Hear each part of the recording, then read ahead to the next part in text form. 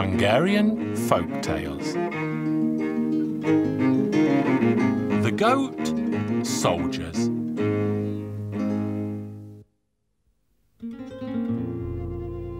A long time ago, in a distant land, there lived a poor lad.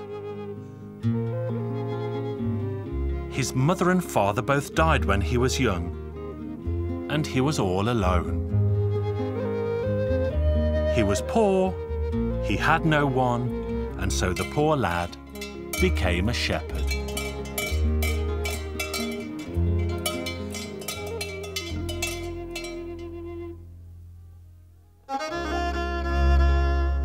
He was still tending sheep when it came time to become a soldier. So he went straight into the army from his flock of sheep.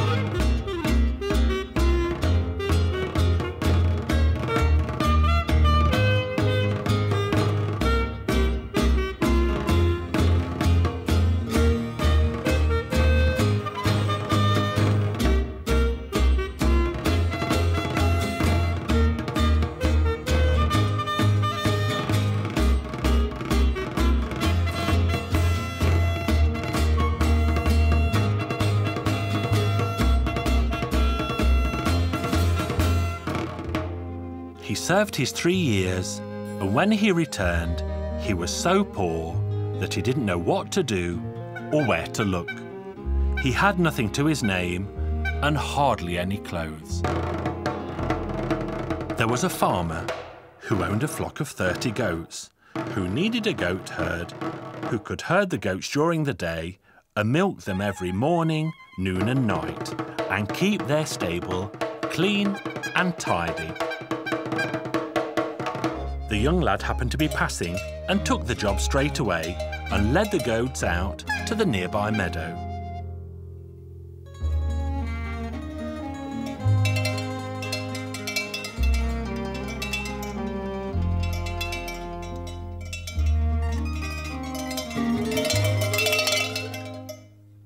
But the young lad was no ordinary goat herd.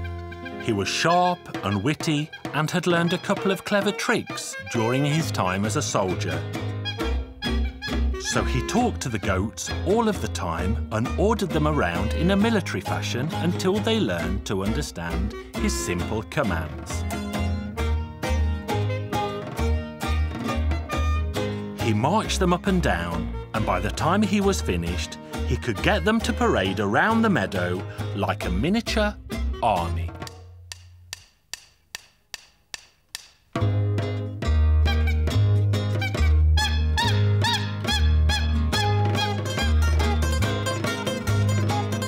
One day, the lad saw a rich man in a carriage riding past the meadow, so he drove the herd of goats to the side of the road, where he waved, and the rich man stopped his carriage. The lad said, "The reason I stopped you, sir, is to show you what these goats have learnt to do since I have been their goat herd."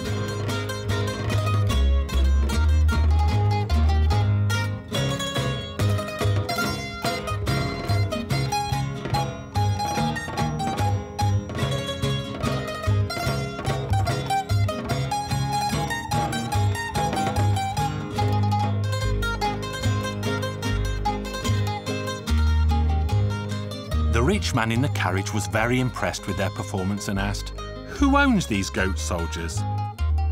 "Why, they belong to the local farmer." The rich man was so impressed that he purchased all 30 goats but insisted that the young lad should go and work for him for a month.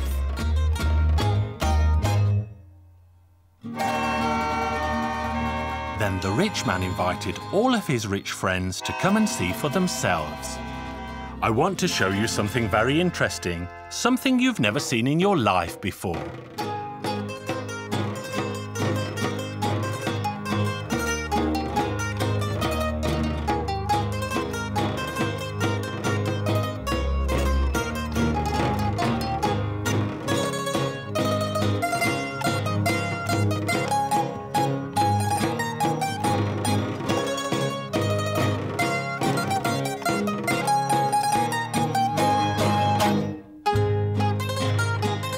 gentleman from a foreign land liked the performance so much that he begged to buy the herd of goats.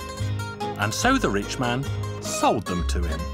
The foreign gentleman reached into his pocket and paid the price, and the rich man gave all the money to the goat herd, who used the money to buy a plot of land, build a fine house, and buy himself some good clothes, and to live a proper life like other people did.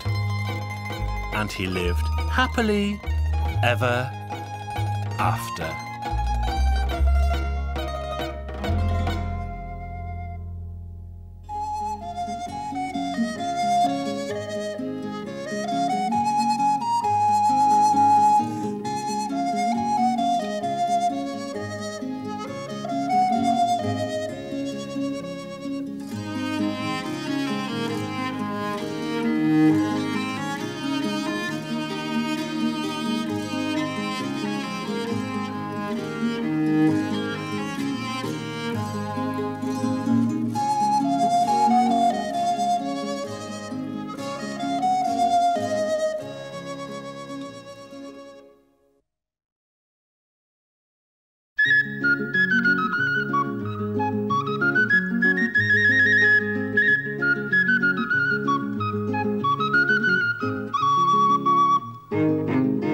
Hungarian Folk Tales.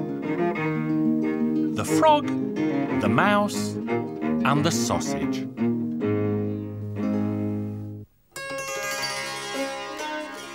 A long time ago, far, far away, there lived a little frog.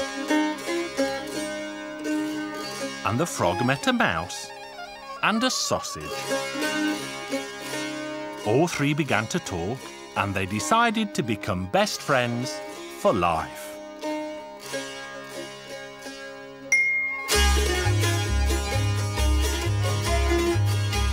The mouse did all the cleaning, the frog did all the shopping, and the sausage cooked all the food.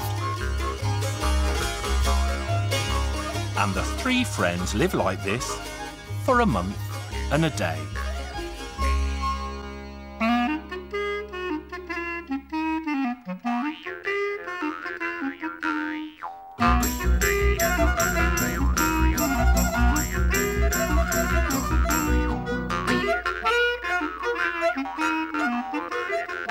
The sausage cooked such delicious food that they were always left licking their lips.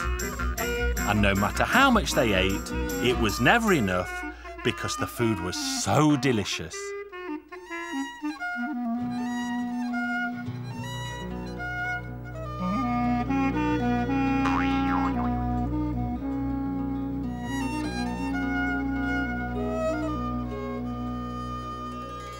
When the month was over, the sausage said, "We should really take turns, so who is going to cook the food instead of me?"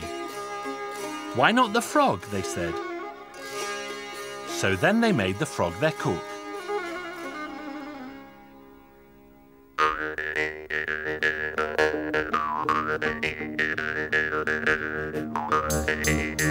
The frog tried this kind of dish, and that kind of dish, and that kind of dish, and this kind of dish, but he could never cook anything the others liked to eat.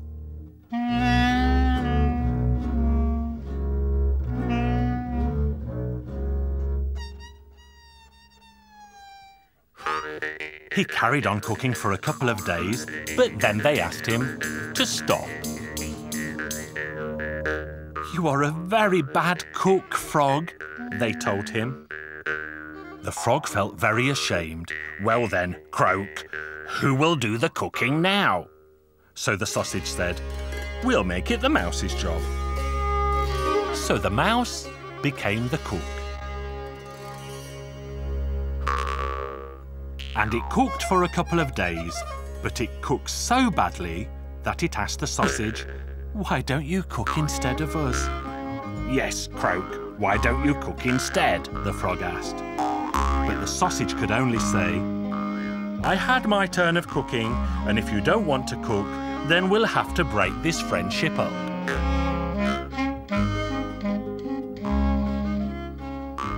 But they begged and begged the sausage until it finally agreed to cook for a couple of days more.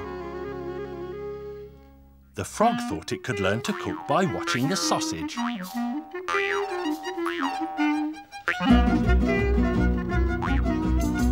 Well, when the soup was nearly done, the sausage pulled it aside,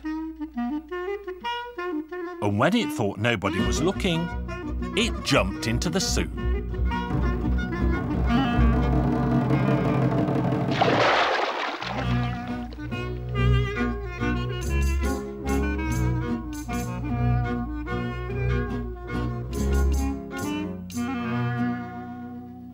Aha! Croak. Now I know why the soup tastes so good. Because the sausage always jumps into it first. Now I know how to cook. Then the frog offered to cook for them again. Now I will be the cook, Croak. I know how to cook.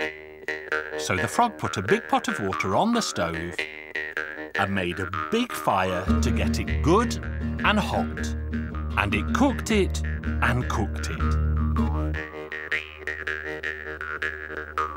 When it thought that the contents of the pot had cooked enough, the frog didn't wait for it to cool, but hopped right into the boiling hot soup. Well, the water was so terribly hot that it made the poor frog's skin all slimy and wrinkled, and that is where toads come from. Then the frog had to stop cooking because the hot soup had scalded it so. The mouse and the sausage laughed at the foolish frog when it told them the story, and they decided not to be friends any longer.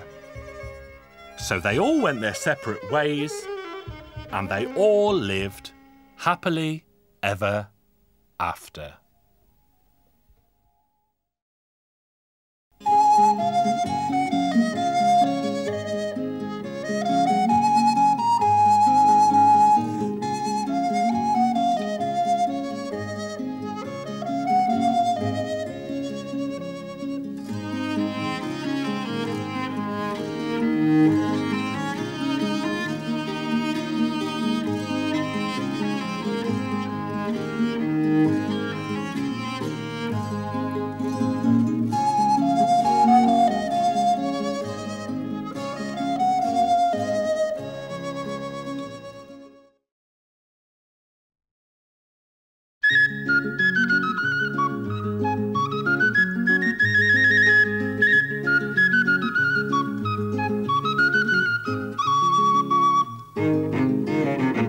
Hungarian Folk Tales. The Rich Man's Three Sons. Once upon a time, there lived a rich man. One day, one of the rich man's farms burned to the ground, and nothing was left but a pile of smoking embers. The rich man had made his fortune as a moneylender, and one of his unhappy borrowers had burned his home down. The rich man felt terribly sad, and not even the priest could comfort him, as he was sure the man would eventually go to hell because of the cruel way he had made money all his life. That may well be true, the rich man thought. But if someone should burn down my other farm, how will my three sons survive? The rich man thought and thought about this until he decided to find all three a job.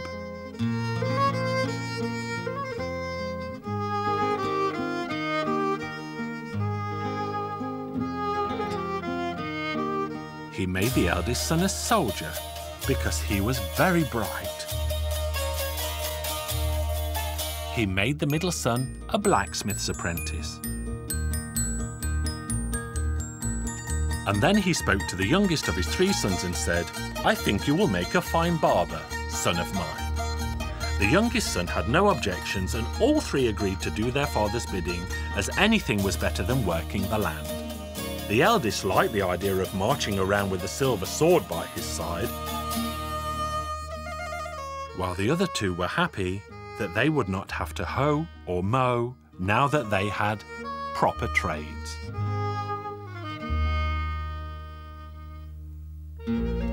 The years passed by, and the rich man became old, although he had never been a young man, and he spent all his time thinking how he could one day avoid hell's fiery furnace that had been promised to him by the priest. But the rich man's 3 sons did not have a care in the world. His son the soldier danced his days away, while his son the blacksmith and the barber spent all their days making merry.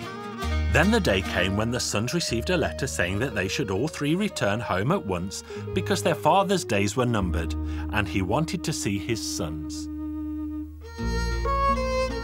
So all 3 sons journeyed home and thought they would soon inherit a fortune from their rich father.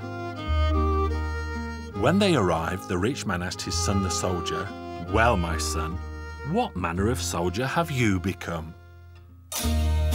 "Well, my father, the emperor has no finer soldier than I, and I wield a silver sword like no other. The other day, it began to rain while we were on parade, and all the other soldiers got wet, but not I, because I drew my sword and span it around so swiftly above my head that I remained dry."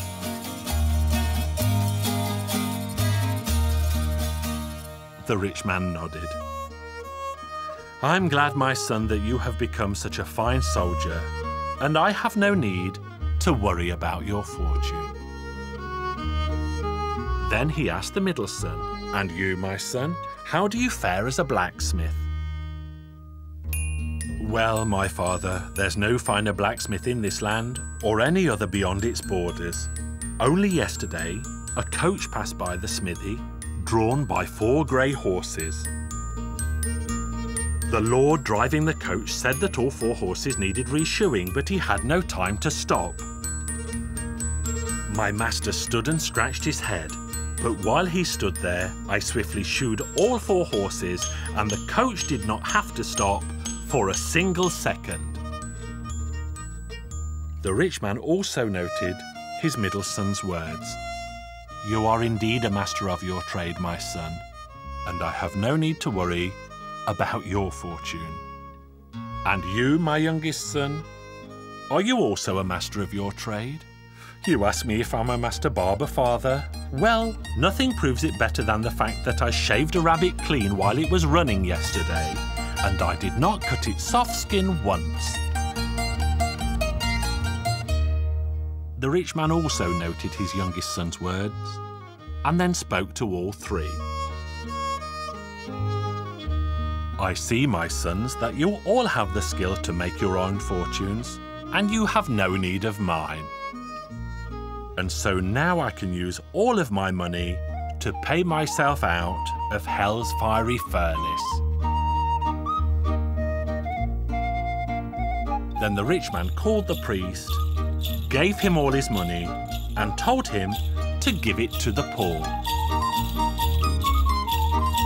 So the rich man's 3 sons were given nothing for their pains and ran away, never to return.